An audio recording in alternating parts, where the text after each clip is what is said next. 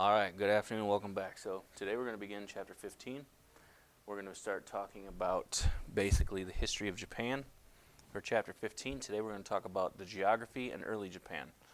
So basically what you see here is the map of Japan today.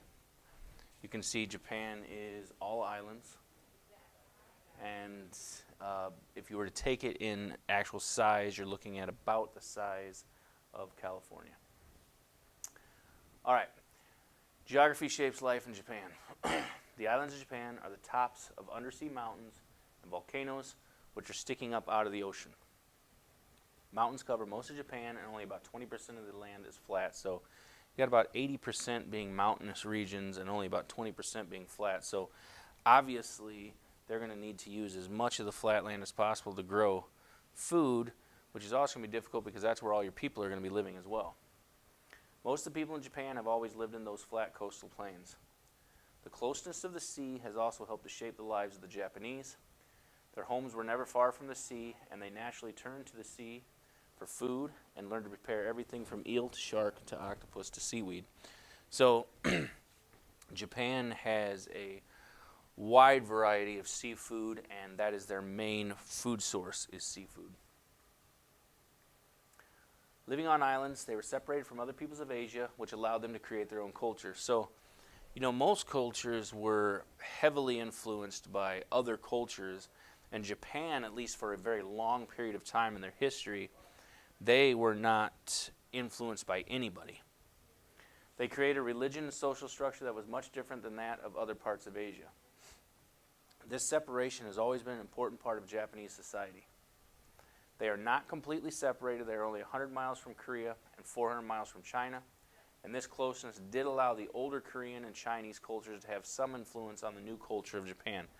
Now, Japan for a very long period of time, and we'll talk about this when we get into later sections here, but they're going to rely heavily on themselves. Their culture is going to be very distinct from the others, but over time you are going to see that Korea and China are going to have some influence on later Japanese culture. Korea and China did play a major part in shaping Japanese society, but not at first. And early Japan was home to two different cultures, neither of which had any contact with the rest of Asia. So these two different cultures are going to be basically isolated from all the rest of Asia, and they're going to create their own cultures. The first culture is the Ainu. One culture that developed was the Ainu. No one is sure how or when it developed, but some believe they may have come from what is now Siberia in eastern Russia. They spoke a language unlike any other in Eastern Asia and looked different from the other people in Japan as well. So the Ainu were in no way, shape, or form related to the actual Japanese people. They began to fight for land. Hold on a second. Nope. They began to fight for land, but lost most of the fights and most of their land, and were eventually driven back to the island of Hokkaido. Over time, the culture almost disappeared, and many Ainu began to change their language and adopt new customs and begin to basically act like the other Japanese. Now, the first Japanese. The people who lived south of the Ainu eventually became the first Japanese, and they would be the ancestors to the Japanese today. They lived in small farming villages ruled by powerful clans or extended families. So these families were very powerful, and they were the ones that were in control of the regions. And this would be basically an artist's rendition of what a early Japanese village would have looked like. Now, other people in the village, including farmers and workers, had to obey and respect members of the clan. So if you were not an actual relative of the clan, you still had to obey and respect them. At the head of each clan was a chief, and in addition to his political power, he also had religious duties. The Japanese believed that their clan chiefs were descended from nature spirits called kami. Clan chiefs led their clans in rituals that honored their kami ancestors. Over time, these rituals became a central part of the traditional religion of Japan, which is Shinto. Shinto is the main religion in Japan, or was the main religion in Japan. It still exists there today, but a lot of people there are Buddhist and Christian and other religions today as well.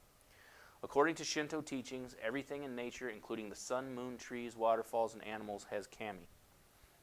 Shintoists believe that some kami help people live and keep them from harm, so they built shrines to the kami and asked them to bless them.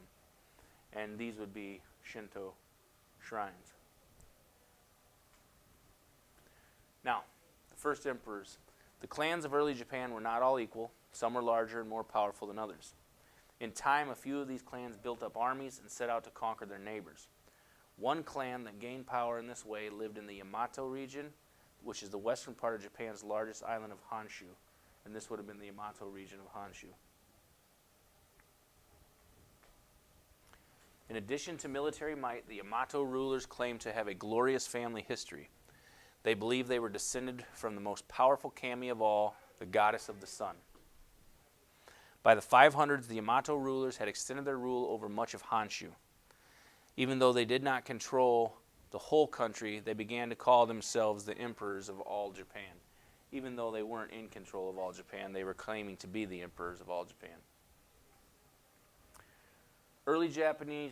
Japan learns from China and Korea. Early Japanese society received little influence from cultures on the Asian mainland. Occasionally, officials from China, Korea, or other parts of Asia visited Japan, but most had little to no impact on Japan because the Japanese didn't want information from these people. By the mid-500s, some Japanese leaders began to believe that Japan could learn a great deal from other cultures. In particular, they wanted to learn more about the cultures of Korea and China, and they began to send representatives to Korea and China to gather information about their cultures. So they wanted to get information about the other cultures so they could begin to maybe see what they might benefit from these cultures. They also invited people from China and Korea to move to Japan, and the emperors hoped these people could teach the Japanese new ways of teaching and thinking. Now, changes in language. One of the first things they learned was language, as the early Japanese did not have a written language. So Japan is actually they're going to begin to write in Chinese, but they continued to speak Japanese. And it wasn't until about 200 years later they created a way to convert the Chinese writing into Japanese. So Japanese writing looks a lot like Chinese writing because Japanese writing is based on the writing that was created in China. As contact with China increased, many people began to write in Chinese. They used Chinese for their poems and stories, and one of the first histories of Japan written in the 700s AD was written in Chinese. For many years, Chinese was the official language of the Japanese government. So the mass majority of people would speak Japanese, and the officials could speak Japanese, but they would speak Chinese in the government. Now, changes in religion and philosophy. One of the most influential persons in bringing Chinese ideas to Japan was Prince Shotoku, who served from 593 to 621 AD as regent for his aunt, the Empress. A regent is a person who rules a country for someone who is unable to rule alone. So his aunt was the Empress, and Prince Shotoku becomes the regent. This is Shotoku here. All his life, Prince Shotoku admired Chinese culture, and as regent, he saw a chance to adopt more Chinese ideas.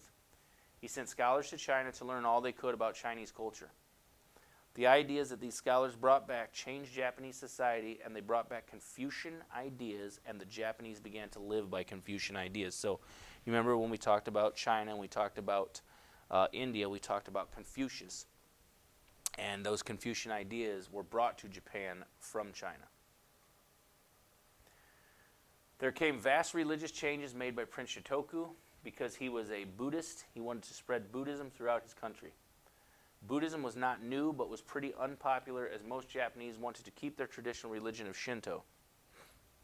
Shotoku worked to change people's minds about Buddhism, and he built a grand Buddhist temple that still stands today.